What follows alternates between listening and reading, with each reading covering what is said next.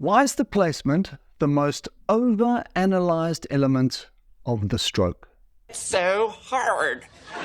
It's only hard because there are a few things that are a bit counterintuitive, and as a result, there are a few things that are really easy to get wrong.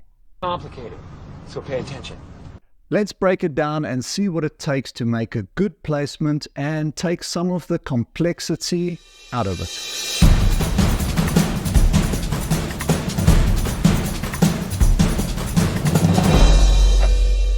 Hey, this is Infinite Rowing, and Oh my God! there is a lot to say on this one. So we're going to delve even deeper into some of the finer aspects of the placements in separate videos. But for now, here is 98.473% of what we think you need to know. Making sure you nail the placement means you get to maintain as much of the speed that you generated during the draw as possible. But this is still the part of the stroke where the boat is going to be moving at its slowest.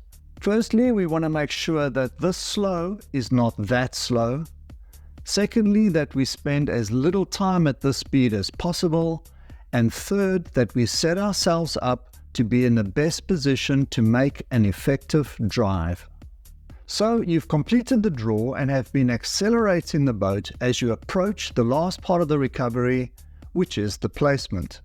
Your weight should be deep in your seat, although some of it will be rolling onto your footplate as you reach your full compression. Your pelvis should be rocked forward and most of your weight should be on the front of your seat, and you should have the feeling of wanting to bring your ribs towards your knees.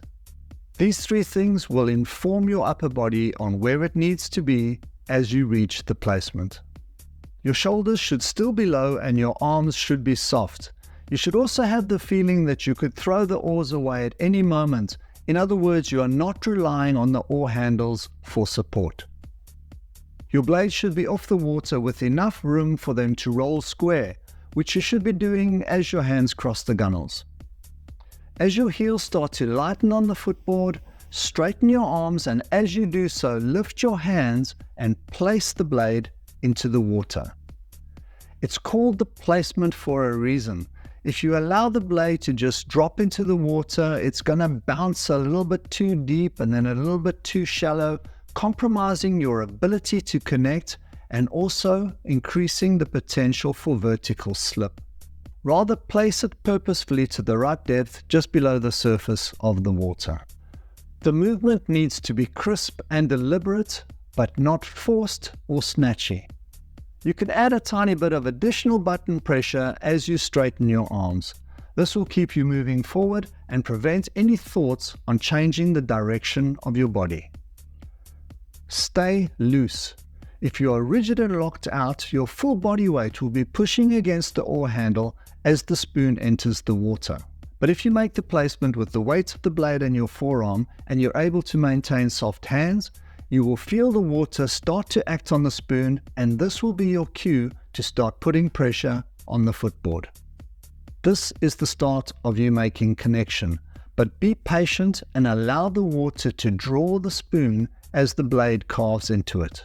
If you pile the pressure on immediately, you may do so before the blade is fully submerged, or you might just be trying to push against the void that you've just made in the water, resulting in too much secondary front splash and a degree of check.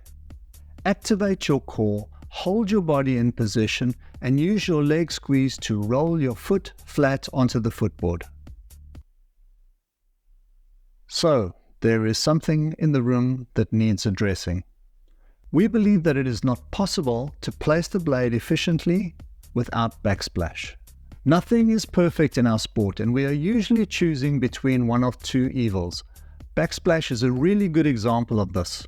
If the boat is running, or relative to the boat the water is rushing past, it is not possible for you to put the blade straight down into the water without the back of the spoon having water rush against it, causing a splash.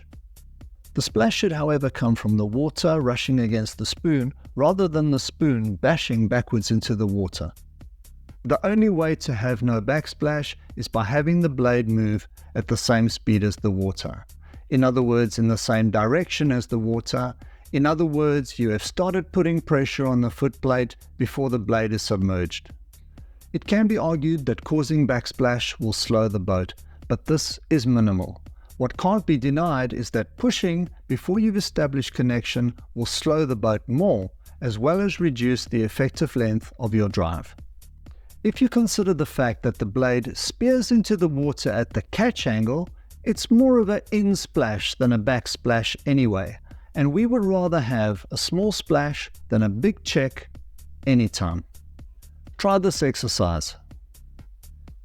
Get your boat up to speed over a few strokes, and then every third stroke, place the blade in the water and allow the pressure against the back of the spoon to push you down the slide. Within a split second, the spoon will be taken by the water and you will feel the jolt in your hand. Initially, add no pressure to the drive whatsoever.